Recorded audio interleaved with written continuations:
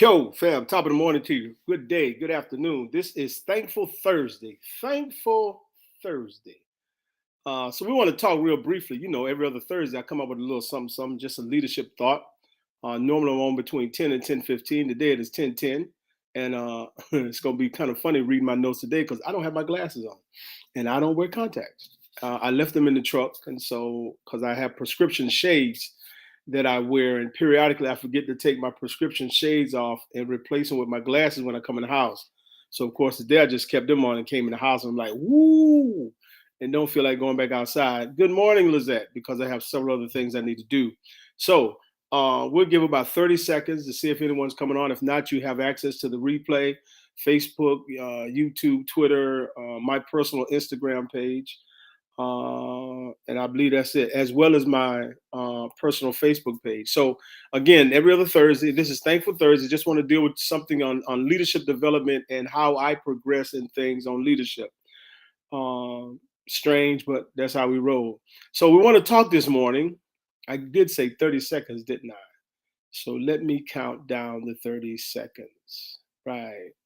And for those who are watching, if you're on my Facebook page, I cannot see you, nor can I make remarks to you. If you're on my Facebook page, the YouTube, or Twitter, I can only make remarks if you're on the church's Facebook page, or I can see your remarks if you're on the church's Facebook page or my Instagram page. And my Instagram page is Pastor DocWright, Pastor DOC Wright, WRIGHT.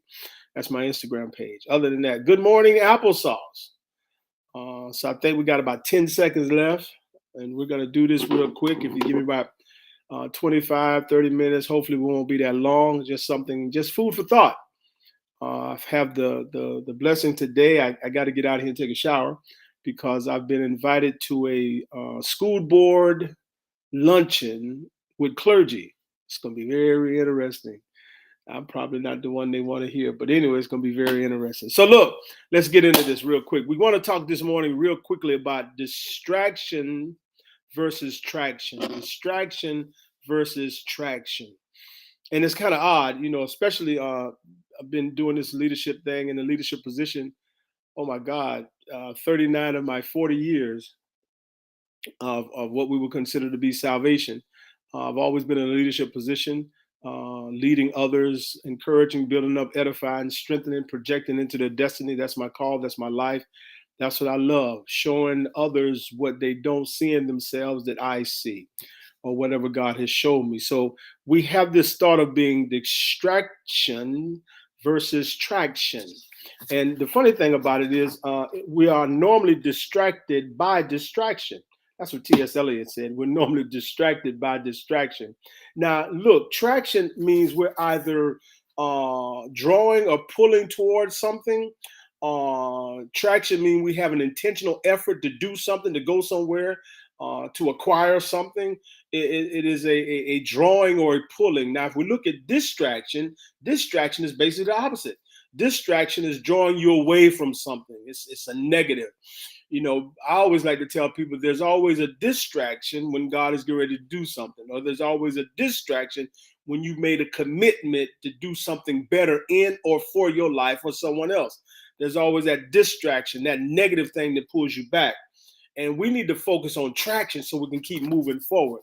Now, the other funny thing, if you look at these particular two words, distraction and traction, we have a main word in them both called action. And if we look at it, there's action in distraction and there's action in traction. And it's all uphill. So we have to understand that in order for us to go uphill, we have to be intentional to walk uphill. So the question today is going to be, if you're a part of a team, if you're in a team, if you're leading a team, or when I deal with people in general, how do I get my team to go up the hill?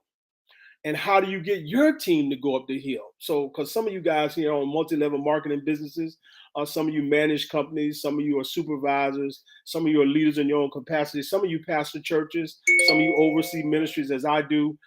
So the whole thought is, how do you get your team, right, those around you, how do you get them to go up the hill? Well, here's the funny thing, and it's a fact.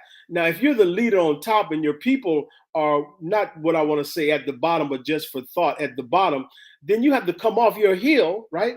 And you have to go to the valley to connect with them on common ground.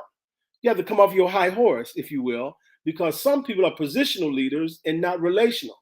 Of course, I'm a relational leader because doesn't mean a thing to me. Your position means people support you because of your title, or people support you because of your position. Relational, it makes no difference what my position or title is. They're going to support because I know I'm here to feed.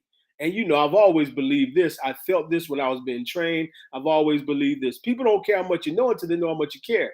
My degrees mean nothing to the people that I'm fathering, mentoring, building up, edifying, or strengthening. They don't want to know about my degree. They just want to know that whatever I got knowledge of, I can come and share with them so I can push them up, right? And that's relational. So you have to come down, if you're a leader, you have to come down off your little high horse, right, that you're riding. And you have to come down and meet with the people and talk to the people and see how the people feel and what the people want to do and what you can encourage them and build them up to push them into a greater greatness in their life, if you will. So you first have to come off of your hill. You have to influence the people, right, to go up the hill with you. You have to influence them to come with you. Look, because if you're a leader, you will always have people traveling with you. Everybody might not travel, but you will always have people traveling with you if you're a leader. Now, if you're a positional leader, you're just going by yourself. So you're not really a leader then. You're just taking a walk, right? But if you're a leader and if you're relational and you establish this common ground, then you know how to influence people to go up the hill with you because there's always something better on the other side. A side note, it's funny. You can only see greater things at the top of the hill when you look at another hill, right? So you never really stop. So I want to share with you real quickly, if I can, if you don't mind, 4 particular traction rules that require focus in your life. There are 4 particular traction rules that require focus in your life. The first traction rule is the 100% rule. Now, this is going to get some of you guys. It's the 100% rule. Out of the 100% rule, you have to understand that you cannot be 100% all the time. Not going to happen. So what does the 100% rule teach me? The 100% rule teaches me that I cannot be 100% all the time, but I can be 100% at the right time. I can't be 100% all the time, but now I can be 100% at the right time, right? It's kind of like most people that know me know I try to study 2 to 3 hours a day. I'm just nerdy. I've always been nerdy, and that's just another thing.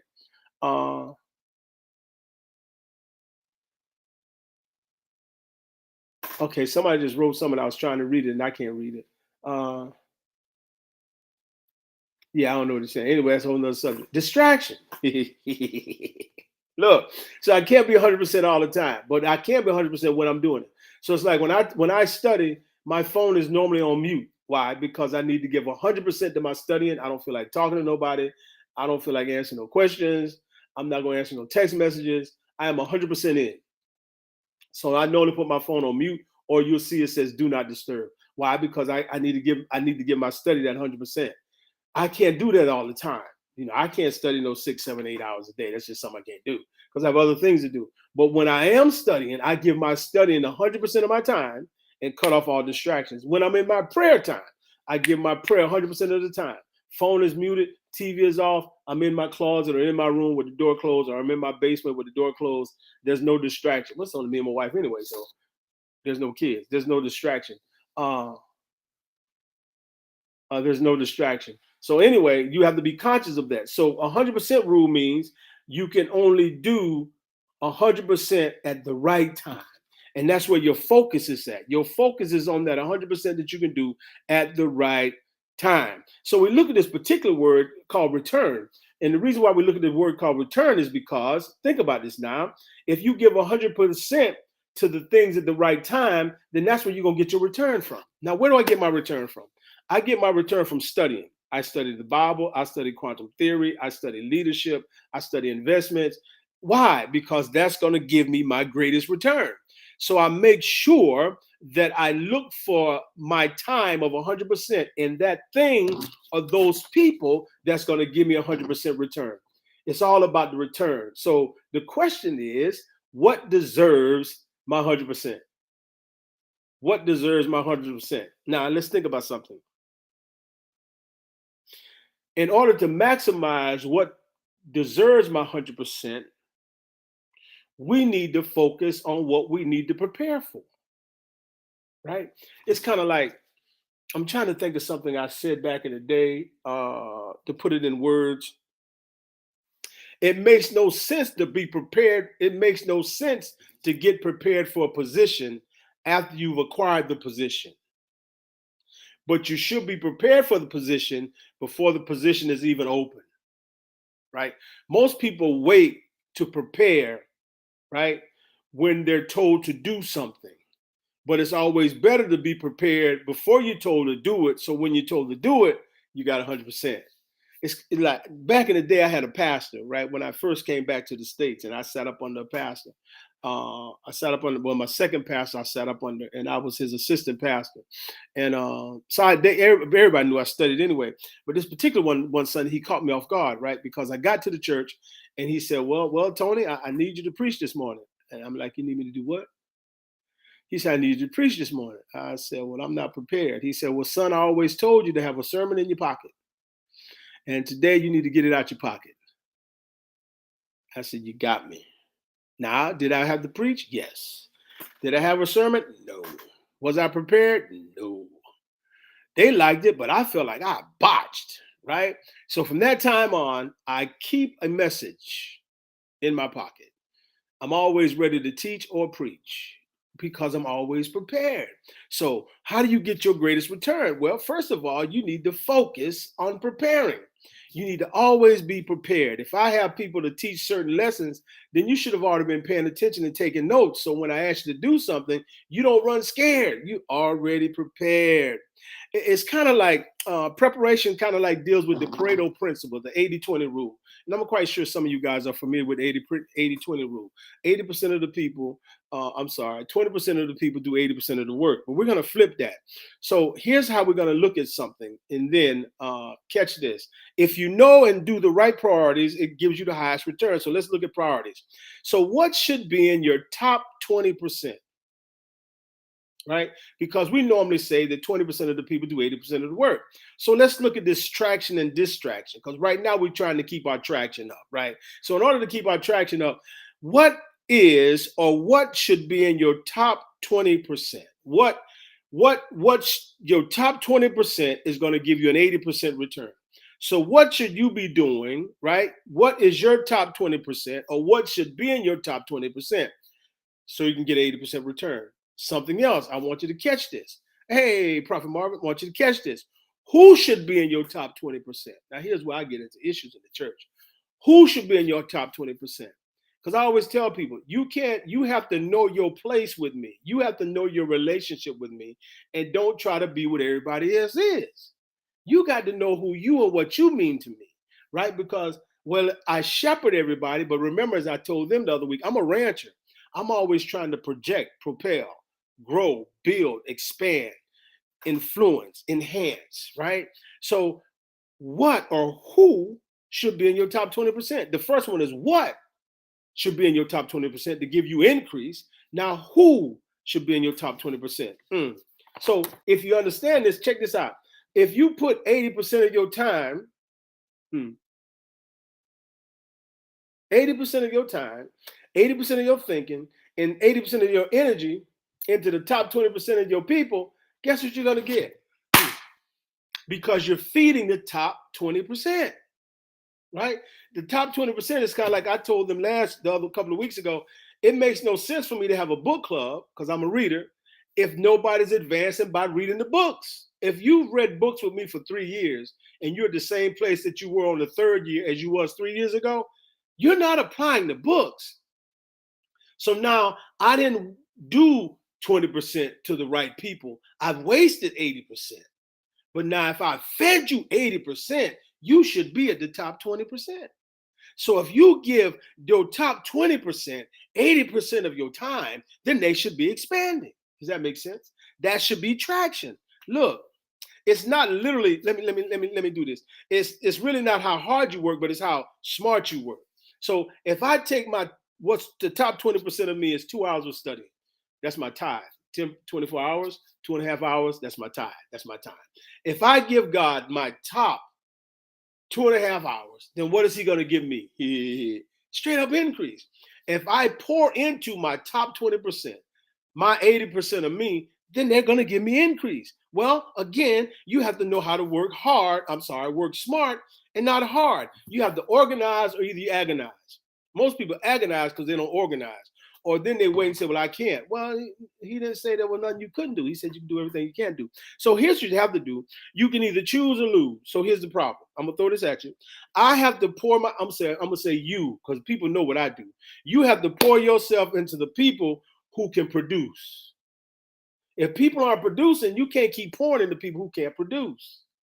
That's the shepherd. I told him, I said, the shepherd just wants to keep everything in the little flock and keep everything to himself. But now the rancher wants to put different people. So what the rancher will do, he'll put more steers over here and put more cattle over here, and they're grazing some different ground. Or if he has bulls, don't get offended. If he has 2 bulls, a shepherd will sell one of the bulls so he can only have 1 bull to mate. A rancher will put that bull in another pasture. So that bull over there can start having more cattle, and he'll spread out his flock, right? Or with chickens, they'll start moving chickens around so they can have more flock, right? But now the shepherd keeps it all together. So my job is the rancher. My job is the leader. My job is the teacher, as well as your job should be to pour yourself into the top 20% producers. Those that will say, okay, look, we're going to take this to the next level, right? If you fed us, we're going to now feed somebody else. So you have to learn how to work smart, not hard, right? You have to duplicate what you've been teaching. You have to duplicate yourself into the ones that are going to do the work, right? So you have to choose or lose. You have to pour yourself into people that's going to produce. It's kind of like the 40% rule. 40% rule. I hope I'm helping somebody. It's the 40% rule. I know that's right, Prophet. It's like the 40% rule. Here's what the 40% rule tells us. The 40% rule tells us when we're exhausted, we're really not exhausted, right? We still got 60%. That's the 40% rule. When your mind tells you that you're exhausted, you still have 60% left in your tank. That's called persistence. Right? Again, we're dealing with traction versus distraction. That's called persistence. Now, here's the funny thing about persistence. So if I'm tired or exhausted, I feel like I'm on my last leg. There's an old quote that says, when you feel you're at the end of your rope, tie a knot in it and hang on. If you feel it, just tie a knot and hang on. I've tied many knots because I still got 60% left. It's not over. The party's not over until it's over, right? I still have 60% left. That's the 40% rule. So if we need to gain traction, then we have this terminology called persistence. If we need to gain traction, then you need to figure out what is your greatest return. You need to prioritize on it, and then you need to be persistent. So to keep gaining traction, you need to find out, what's going to give you your greatest return. You need to prioritize it, and you need to be persistent. From my point, this is me as a leader, as a teacher. My greatest return comes with me studying, because the more I study, the more I get to feed. And the more I get to feed, the more we get to grow, right? If I'm not in what gives me my greatest return is having knowledge of the Bible, knowledge of investing, knowledge of leadership. My greatest return is gaining knowledge to feed. I'm always prepared to feed. And what I feed or who I feed are the ones that I know is going to reproduce what I'm feeding, right? They're going to give me the greatest return. Not satisfaction. They're going to give me the greatest return. I think of it like this from a church perspective. I can't wait till I'm 80 to give the baton over to somebody when I'm dying. No. I need to give the baton over now and start bringing them up as they're getting prepared. So I'm preparing them to take what we teach further. I'm preparing leaders to be leaders, to teach other leaders further. So my greatest return is in studying, so I can then prioritize and be persistent to help people grow. As a leader, when you feel like it's all over, what's your 40%? Right? Because you still have 60% left over. And if you're persistent, you just have to figure out a way to gain traction again. Well, you gain traction, and when you prioritize what's going to bring you back your greatest return. And when you find out what's going to bring you back your greatest return, and you prioritize on it, you're persistent on it, then you keep gaining traction, right? Because trust me, distraction is going to come. You always got to remember that. Dolly Parton had this crazy quote, right? Because, Dolly Parton was one of 19 kids, and she was straight up PO. But Dolly Parton said this. They said, what caused you to be so successful? And Dolly Parton says, I never stopped trying, and I never try to stop. I never stopped trying, and I never try to stop. It's amazing how many people give up when they're right at the edge of their breakthrough. It's amazing how people give up in business when they're right where they need to be to expand. It's amazing how people give up on people and they're right there for a breakthrough. Dolly Parton said, look, I never stop trying and I never try to stop. I just keep moving. That's persistence. So look, and one of the reasons that we hit the wall is because we don't have great anticipation, right? I'm still in the game. I don't call it a game. It's life for me. I'm still in this life of teaching, right? Because I'm always anticipating a greater return, right? I'm not satisfied with where I'm at. I'm not satisfied with what I know. I'm not satisfied with where I go. I'm always anticipating a greater return. So I'm always feeding into those that's going to give me a higher production of productivity. I'm always feeding into those that wants access to the thought process to grow, right? Because they're going to give me my greatest return. And in doing that, I'm feeding myself so I can keep feeding. Why? Because leaders come down to common ground to fellowship with the other leaders so they can propel them and project them into their destiny, right? Because if you're a leader, you can't go by yourself. You're not really a leader, then you're just taking a walk. But these are the things dealing with traction, and distraction. Yes, anticipating a greater return. I'm always looking for something greater. I don't look for numbers, not quantity. I look for quality. Quality is always better than quantity. I always tell people getting on the religion on the Bible side. Jesus took 12 disciples, and one of them was a devil, and he's still changing the world. So you need to pour into quality people that's going to keep the traction moving. Other than that, you're going to get hit with the distraction. But how do you deal with distraction? Dolly Parton said it good. I never stopped trying, and I never stopped trying, and I never try to stop. So again, always keep your anticipation. Get to a place where you can maximize that 40% rule. When you maximize the 40% rule, realize you got 60% left. You're always focusing on your priorities. Which then takes us to this real quick. Check this out. Always focus straight to Lizette. That's right. I don't cut no punches. Let's look at who can be in the right 2%. The right 2%. Now, 2% compounds everything. So let's look at the word compounding. Not so much as the word compounding. Let's check this out. How close are you to the 2%? I guess the other question would be, who makes up the 2%? Well, the person who makes up the 2% are the people who are winning. Right. The people who are winning are the people who go first. Gotcha. Right. So if you want to be in the 2%, you got to be the people to go first. Think about this real quick, and I'm getting ready to get out of here. When something needs to be done, you don't wait on others to do it. You do it. Going back to the church, people tickling me in church. People will see stuff in church that needs to be done, and they wait to see if somebody else is going to do it. All the while knowing God is nudging them to do it, but they wait to see if somebody else is going to do it. But you're not the 2%, right? Because here's what the 2% to do. The 2% see something that needs to be done, and the 2% do it. And they do it quickly, and they do it first, and they do it early. That's how you stay in the 2%. You got to start while others are still contemplating.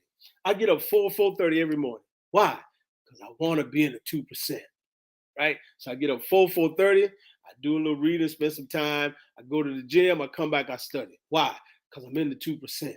Dr. Wright, how do you gain this knowledge? I'm in the 2%. Dr. Wright, how do people how do you encourage, build up, edify? How do you have so many pastors listen to you? Because I'm in the 2%. I'm projecting them into their destiny because I'm going first. I'm teaching first. I'm leading first. I'm going by example, right? It's not just instruction. It's relationship. It's not just instruction. It's life. Why? Because when I see something that needs to be done, if I see something that needs to be said, I'm going to say it first. I'm going to do it first. I'm not going to wait to see if you contemplating figuring out what you need to do. I'm going to get it done, right? And so when they look, they say, well, it's all right. Well, okay. Well, it's it's already done. Why? Because you want to be in the 2%, right? If you're getting ready to do something, don't wait for somebody else to do it. Get in the 2%, right? Study to show yourself approved. Know, go, grow. Know, go, grow. Somebody write that down. I like that one. Know, go, grow. That's all it takes, right? You be the first one to do it quickly, early, and you be the one to do it first. Don't wait for somebody else with a position, right? You just going to do what needs to be done, and it'll work, right? Simple as that. Because now you want to be in the 2%. You want to start while others are still contemplating. So look, and here's what I want you to understand. You're not in the 2%, right? You're not in the 2% because you're the smartest. You're not in the 2% because you're the fastest. You're not in the 2% because you're the strongest. You're not in the 2% because you're the brightest. No, you're in the 2% because you went first. You're in the 2% because you initiated it, right? You have studied traction. Now, you notice we talk more about traction than distraction, because distraction takes you the opposite way. But if you're constantly in attraction mode, you don't pay any attention to distraction, right? Distraction makes you feel like I'm giving up. But no, that's the 40%. You still got 60% left, right? Yeah, that's distraction tries to get you to think that, oh, somebody else will do it, right? But traction says I'm in the 2%. No, I need to do it. You know what I'm saying? I be thinking of silly stuff, right? Somebody can come up to me and say, well, Dad, Dr. Wright, Apostle Wright, whatever the case might be, the Lord gave me a message on kingdom for Saturday. Can I share? Oh, yeah. If you got a message on kingdom, oh, yeah, that means you studied, right? You already know how I am. So now you put yourself in the 2%. Right? And because I fed you as my top 20%, you're not going to do 80%. That's called productivity. We still have traction, right? It's what we call compound. It's really what we call success. This is success right here.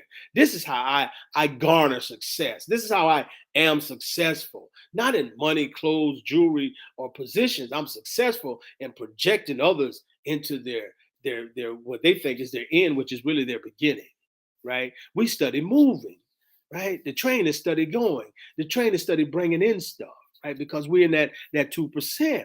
Look, I'm gonna leave you with this here, and I'll probably talk too long. And I hope you enjoyed this, and I pray that it helps somebody. But here's a thought that all of you should catch. Like, look, so for real, if you're in the crowd, you're not setting yourself apart. There's no influence. You're not setting yourself apart. Not if you're in the crowd. And you have to learn how to stay till the end to increase your influence. So if you're in the crowd, you're not setting yourself apart. There's no influence. And you have to stay with it till the end, till there is an increase in your influence. Now, how's there increase in your influence? You do all the things we talked about earlier, right? You prioritize what gets 20% of your time. You prioritize who gets 20% of your time. You prioritize what? You prioritize who, right? And then you do what you need to do, right? And then you get to the point to where when it's about over and you can't, that 40%, you still got 60% left, right? It's not finished yet. And now because you want to be in that top 2%, you don't wait to initiate. You initiate. Right? You don't wait for somebody to tell you. You already know what you need to do. You do it. Why? Because you want to keep traction, right? And now if you're in a crowd, you need to set yourself apart. I'm going to say this. I'm coming out of the thought on traction versus distraction. Everybody wants to be a part of a tribe. But here's the problem with the tribe. I've read the books. I've understand the comprehension. Here's the problem with the tribe mentality, because everybody wants to be a part of something larger. They want to be a part of a tribe. But here's the problem. Here's the problem. The problem with being a part of a tribe is if you outgrow the tribe does no longer want you a part of their tribe because they lost traction. And because they lost traction, they now want you to lose traction. So as you saw another way, another opportunity, something greater to do, they don't want to support your greaterness. They still want you to stay down there with them. I can't stand tribes. I can't. I don't raise tribes. I establish relationships. Right? We raise communities. We grow. We don't stick around. We grow. We subject to leave you left behind, right? Because tribes can hinder you if everybody's not growing. And sometimes even within a tribe, Out of 15 people, 12 of those people would grow. And there's those other 3 that try to hold everybody back because it's like, pull me, pull me, pull me. No, I'll push you. Because if I pull you, then you're relying on me. Come on here, shepherd. If I pull you, you're relying on me. I need to push you. Come here, rancher. I need to push you so you can be all that you need to be, so you can share what I've shared to others. I need to push you because that intentional fortitude, intestinal fortitude that's in you, you need to share with others. I need to push. I don't need to pull you, right? Because if I pull you, you're relying on my strength and you're making me weak. I don't have time to be made weak. I need somebody to push me. Right? If I'm mentoring you, I need you to push me. If I'm your pastor, I need you to push me. Don't pull me, push me. Because I'm going to push you, because pulling takes my strength away. But pushing, that means we're all going together. There's no distractions when we push. Look, man, I appreciate you. I pray y'all be blessed, be safe, have a wonderful day. Y'all pray for me now. I got to go to the school board thing. Yeah. But God is good all the time, and all the time God is good. And you know me, I'm getting ready to be like Earth, Wind, and Fire and go skit skedaddle. What's up, Bishop? I'm gonna go skit skedaddle. I'm gone. Y'all be blessed, be safe. I appreciate you. Peace.